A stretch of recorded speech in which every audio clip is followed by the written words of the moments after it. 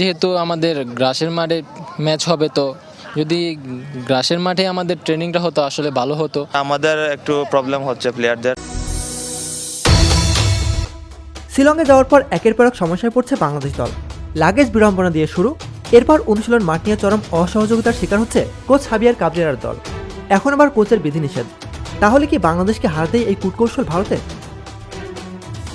25 March শিলংয়ে ভারতের বিপক্ষে এশিয়ান কাপ বাছাই পর্বের ম্যাচ সামনে রেখে নানা সমস্যা থাকা সত্ত্বেও শনিবার দ্বিতীয় দিন অনুশীলন করা জামাল ভুঁইয়া হামজা চৌধুরীরা। স্থানীয় সময় রাত 8টায় জওহরলাল নেহরু স্টেডিয়ামে টার্ফ 2-এর দ্বিতীয় ভিন্নতে আসে বাংলাদেশ দল। অনুশীলনে রাখা হয়নি মিডিয়া কর্মীকে। মিডিয়ার সামনে এসে মাঠ নিয়ে বিড়ম্বনার কথা বলেন সাদউদ্দিন। তিনি বলেন, এই মাঠ আমাদের জন্য ডিস্টার্বিং। আমরা অনুশীলন মাঠ নিয়ে যে পরিস্থিতির শিকার হয়েছি সেটা কাম্য নয়। বাংলাদেশের অনুশীলন শুরু করার কথা ছিল সন্ধ্যা 6টায়। অনুশীলন সময় পরিবর্তন করা হয়েছে। এভাবে বারবার সময় পরিবর্তন হওয়াটা একজন খেলোয়াড়ের জন্য হতাশার। এসব দূরে ঠেলে দিয়ে সাদ বলেন, খেলোয়াড়দের এসবের সঙ্গে মানিয়ে নিতে হয়। আমরা এই পর্যায়ে এসে এ নিয়ে ভাবি না, বাট টাইমিং একটা ফ্যাক্টর। তবে এতে মনোযোগের ঘাটতি হয় না। যখন মাঠে নামি তখন শুধু অনুশীলন নিয়েই ভাবি, কোচের নির্দেশনা ফলো করি।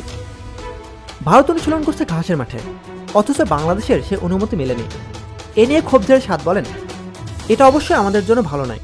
ঘাসের মাঠে অনুশীলন করলে ভালো হতো, তবে এমনটা আমাদের সঙ্গে হবে আমরা আগেই জানতাম, যে কারণে আমাদের মানসিক প্রস্তুতিও ছিল। এর আগে ভারতের বিপক্ষে শর্টলেগে গোল করেছিলেন সাদউদ্দিন। এবারও তিনি দলের সাথে রয়েছেন। এবার কি আগেকার সুযোগ সুবিধা পাচ্ছেন সাদের কথা? না, আগেরবার যখন ভারতে এসেছিলাম তখন এমনটা হয়নি আমাদের সঙ্গে। আমরা ভালো মাঠে অনুশীলন করেছিলাম। এবার বাজে পরিস্থিতির শিকার হয়েছি। প্রতিনিয়ত খেলাধুলার আপডেট জানতে খেলাযোগ টিভির সাথেই থাকুন। এতক্ষণ আমাদের সাথে থাকার জন্য আপনাকে জানাচ্ছি বিশেষ ধন্যবাদ।